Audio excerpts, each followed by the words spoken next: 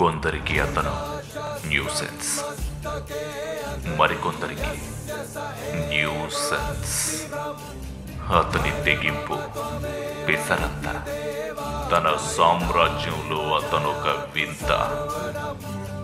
వివాదాలకు తుది, వ్యవస్థలో ఇమడని అపవాది, వెండి తెర తరిమి కొట్టిన ఉన్మాది. అతను రామ్ గోపాల్ శర్మ. వడా విత్ శర్మ ఈ ఇంకుశ్రీ రచనలో పుస్తక రూపంలో.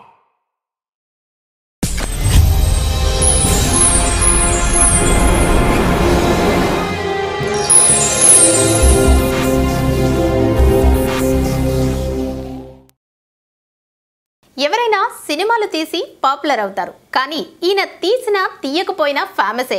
మరి రీసెంట్గా ఈయన మీద ఇంకుశ్రీ అనే రచయిత ఓ పుస్తకం రాసి పడేశాడు. మరి ఆ పుస్తకం ఏంటో, ఆ పుస్తకంలోని విశేషాలేంటో పనుంటే చూసుకో, లేకపోతే మా ప్రోగ్రామ్ చూసుకోలో మీకోసం. దీనికి సంబంధించి మనతో మాట్లాడడానికి మనతో పాటు ఉన్నారు రామ్ గోపాల్ శర్మ గారు. ఆయన అడిగి మరిన్ని వివరాలు తెలుసుకుందాం. శర్మ గారు ఎలా ఉన్నారండి, బాగున్నారా? అంటే ఇప్పుడు నేను బాలేను, హాస్పిటల్లో ఇప్పుడే డిశ్చార్జ్ వచ్చానని మీకు ఎవరైనా చెప్పారా? అలా అనేం కాదు, అంటే ఏదో అడగాలి కదా అని అడిగాను అంతే. అంటే కళ్ళ ముందు శుభ్రంగా కూర్చుని ఓ మనిషి కనబడుతుంటే బాగున్నారని ఎలా అడుగుతారు అసలు మీరు? అసలు వీడు ఇంకా పోలేదేంటి అనేటటువంటి యాంగిల్ కనబడుతుంది నాకు మీకు ప్రశ్నలో. అయ్యయ్యో అదేం లేదండి, తర్వాత ఆశ్చర్యపోదురు కానీ ముందు ఇంటర్వ్యూ స్టార్ట్ చేయండి. మీరు ఎవరినో అనుకరిస్తున్నట్లుంది గారు, అతని ఇన్ఫ్లుయెన్స్ ఏమైనా మీ మీద ఉందా? నేనైతే ఎవరు అనుకరించట్లేదు. మీరు ఎవరైతే అనుకుంటున్నారో ఆ పర్సన్ నేను అసలు కలవలేదు, ఆడితో నాకు టచ్ కూడా లేదు. ఎందుకంటే నాతో అతనికి పని లేదు, అతనితో నాకు పని లేదు. సో అతని ఇన్ఫ్లుయెన్స్ నా మీద ఉండే అవకాశం లేదు. అసలు మీకు డైరెక్టర్ అవ్వాలని ఎప్పుడు అనిపించింది? మా చిన్నప్పుడు మా వీధిలో పిచ్చుకోటి తిరుగుతుండేది. నేనేం చేశానంటే ఓ రోజు దాన్ని ఫోటోలు తీసి మా ఇంట్లో వాళ్ళందరికీ చూపించారు, కానీ ఆ ఫోటోలు ఎవరికి నచ్చలేదు. అసలు దానికి దీనికి లింక్ ఏంటి? సంబంధం ఏంటంటే ఒక మనిషికి భయాన్ని కానీ జిగుప్సను కానీ అసహ్యాన్ని కానీ కలిగించే ఫోటోగ్రాఫ్స్ నేను తీయగలను అనే కాన్ఫిడెన్స్ నాలో బిల్డప్ అని క్షణం అది. అప్పుడే డిసైడ్ అయ్యాను నేను డైరెక్టర్ అవుతాను. సార్ అసలు మీరు కడుపుకి ఏం తింటుంటారు? ఐ మీన్ అంటే ఏం తింటే ఇలాంటి ఆలోచనలు వస్తాయి అని. ఎవడు ఏం తిన్నాడు అన్నది పాయింట్ కాదు, తిన్నాక ఎవడు తన్నాడు అన్నది పాయింట్. ఓకే, మీ సినిమాలో వైలెన్స్ ఎక్కువగా ఉంటుంది ఎందుకంటారు? ఏ సెన్స్ లేని చోట వైలెన్స్ అనేది ఉంటుంది. బేసిక్గా నాకు సెన్స్ లేదన్నది నా అభిప్రాయం. మీ సినిమాలు చూసి జనం పాడైపోతున్నారని గగ్గోలు పెడుతున్నారు, దీనికి మీ స్పందన ఏంటి? నా నెక్స్ట్ సినిమాలో చాలా మంచి పెట్టాను, ఆ సినిమా సీడీలు పంపిస్తాను, చూసి బాగైపోమని చెప్పండి. అంటే మీ సినిమాలు చూసి జనం చెడిపోరంటారా? డెఫినెట్గా. ఎందుకంటే ఇప్పుడు దేవదాస్ సినిమా రిలీజ్ అయిన తర్వాత తాగుబోతులు ఎక్కువైపోరా. అలాగే సలీం అనార్కలి సినిమా చూసిన తర్వాత సందు కూడా తాజ్మహల్ గడియాలి. అలాంటి ఏమైనా మీరు చూసారా? మీరు ఈ మధ్య ఎవడి ఇష్టం వాడిది అని ఒక పుస్తకం రిలీజ్ చేశారు కదా, అసలు అందులో ఏముంది? అది మీ లైఫ్ స్టోరీనా? యాక్చువల్గా బుక్లో నేనేం రాయలేదు, ఇట్స్ అన్ ఎంప్టీ బుక్. అదేంటి ఎంప్టీ బుక్? అలా ఎవరైనా రిలీజ్ చేస్తారా? చూడండి, నా గురించి అభిప్రాయం నేను రాసుకోవడం కన్నా నా గురించి ఎవడెవడు ఏమనుకుంటున్నాడో ఆ పుస్తకంలో రాసుకుంటాడో, నచ్చితే పక్కడు కూడా ఇచ్చుకుంటాడు. అందుకే ఆ పుస్తకం పేరు నేను ఎవడిష్టం వాడిది అని పెట్టాను. ఓ సరే సార్, మీ భక్తుడు ఇంకుశ్రీ మీ మీద ఒక పుస్తకం రాశాడట కదా, ఆ పుస్తకం వివరాలేంటో అతన్ని అడిగి తెలుసుకుందాం.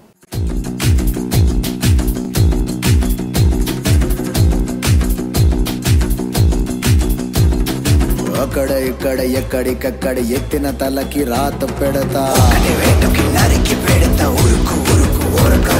దెబ్బకి అబ్బని గుర్తుకు తెస్తా, నెత్తుటి స్నానం నీకు చేస్తా, కన్నని ఎరగవేస్తా, ఉరుకు ఉరుకు ఓరకరు కట్టినంటే నేను కత్తి గుచ్చకుండనంతే, గచ్చగుట్టే వంటే నిన్ను చంపకుండా ఉండనంతే, నిన్ను నిన్ను నిన్ను చంపి నీ రక్తంతోనే రాస్తా.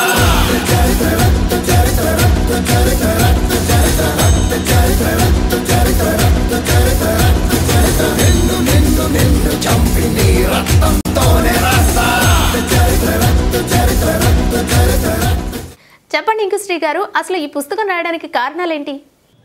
శర్మ గారిని నేను తప్ప అంత బాగా ఎవరు అర్థం చేసుకోలేరనే కాన్ఫిడెన్స్తో ఈ బుక్ రాశారండి. ఇంకుశ్రీ గారు, అసలు ఈ టైటిల్ పెట్టడం వెనుక ఏమైనా కథ ఉందంటారా? నేను ఒకరోజు శర్మ గారింటికి పొద్దున్న వెళ్ళారండి. ఆయన ఇప్పుడు టిఫిన్ చేస్తున్నారు. నన్ను చూశారు, నన్ను కూడా టిఫిన్ చేయడానికి రమ్మంటారేమో అనుకున్నాను, కానీ ఆయన ఏం పట్టించుకోలేదు. ఆయన వెళ్ళి చేతులు అడుక్కొని పేపర్లతో నన్ను చూసి ఏంటి ఇంకుసిరి ఇలా వచ్చామన్నారు. నేను సార్ మీ మీద ఒక బుక్ రాయాలనుకుంటున్నాను, దానికి ఒక మంచి టైటిల్ చెప్తారేమని అడిగాను. ఆయన అలా స్పాంటేనియస్గా వడా అనేసారు. నేను ఆ క్షణంలోనే అదే టైటిల్ అని ఫిక్స్ అయిపోయాను. కానీ ఇప్పుడు అందరూ వడేంట్రా నీ మొహం వాడా అని తిడుతున్నారు. అప్పుడు నాకు అర్థమైంది ఆయన సిల్లీగా చెప్పింది ఏది మనం సీరియస్గా తీసుకోకూడదని. సార్ విన్నారు కదా, అసలు ఇలాంటి టైటిల్ పెట్టించడానికి ఏమైనా కారణం ఉందా? యాక్చువల్గా ఇంకుశ్రీ నా దగ్గరకు వచ్చినప్పుడు ఆ రోజు అతను ఏం అడిగాడు నాకు వినబడలా. మీరు ఏం తిన్నారు అని అడిగాడు అనుకుని నేను జనరల్గా వడ అన్నాను, అదే అతను టైటిల్ కింద ఫిక్స్ అయిపోయాడు. అది అతని పాయింట్ ఆఫ్ వ్యూ, దానికి నాకు సంబంధం లేదు. సార్ ఇదంతా విన్న తర్వాత నాకు ఒక డౌట్ వస్తుంది, అడగండి. అసలు పిచ్చికి ఇంటెలిజెన్స్కి మధ్య ఉన్న తేడా ఏంటి? ఇప్పుడు మనం అనుకున్నది కరెక్ట్ అని మనం మాత్రం అనుకోవడం పెచ్చ, మన పెచ్చని 10 మంది కరెక్ట్ అనుకునేలా చేయడం ఇంటెలిజెన్స్. వావ్, ఏం చెప్పారు సార్. ఇప్పుడు ఇది విన్నాక మీ పెచ్చ కొంచెం తగ్గిపోయి ఉంటుంది. అంత లేదులేండి, మీకన్నా కొంచెం తక్కువే అని తెలిసింది. ఓకే శర్మ గారు, మనతో మాట్లాడడానికి కొంతమంది కాలర్స్ రెడీగా ఉన్నారు, వారితో మాట్లాడదాం. మీరు సినిమాలు తీయటం మానేస్తే నేను పెద్ద థ్యాంక్స్ చెప్తాను మీకు. ఓకే, యాక్చువల్గా ఏంటంటే నేను సినిమాలు తీస్తున్నందుకు మీరు నాకు థ్యాంక్స్ చెప్పాలి. అవునా? ఎందుకు? ఎందుకంటే నేను కనుక సినిమాలు తీయకుండా ఉండుంటే డెఫినెట్గా ఎవడో ఒకటి మాట చేసి ఉండేవాడిని.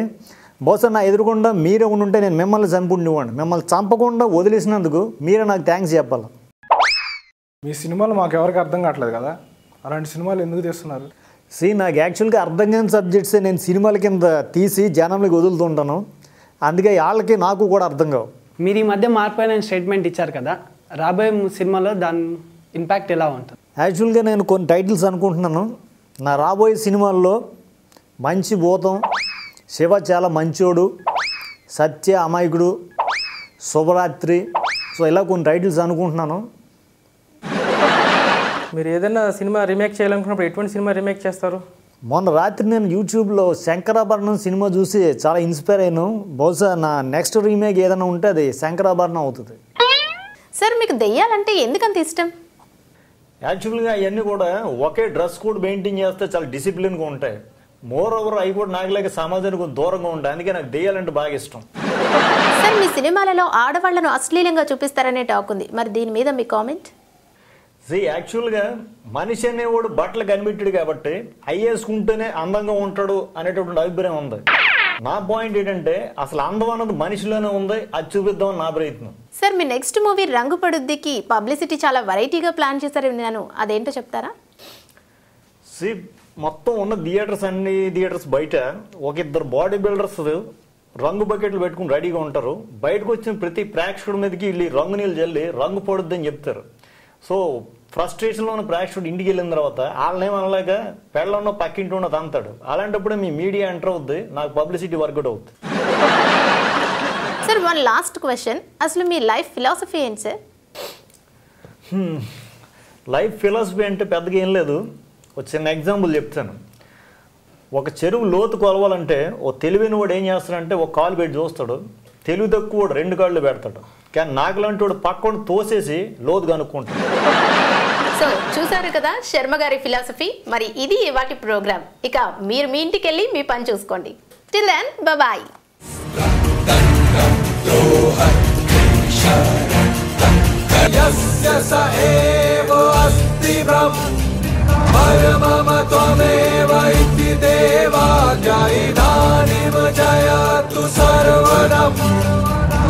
सर्वस्व संबंध सन्मति तन मन चिता की भस्मरम् सर्वशत्रुणां पिब त्वं रक्तम् रक्त अर्थ तद सम्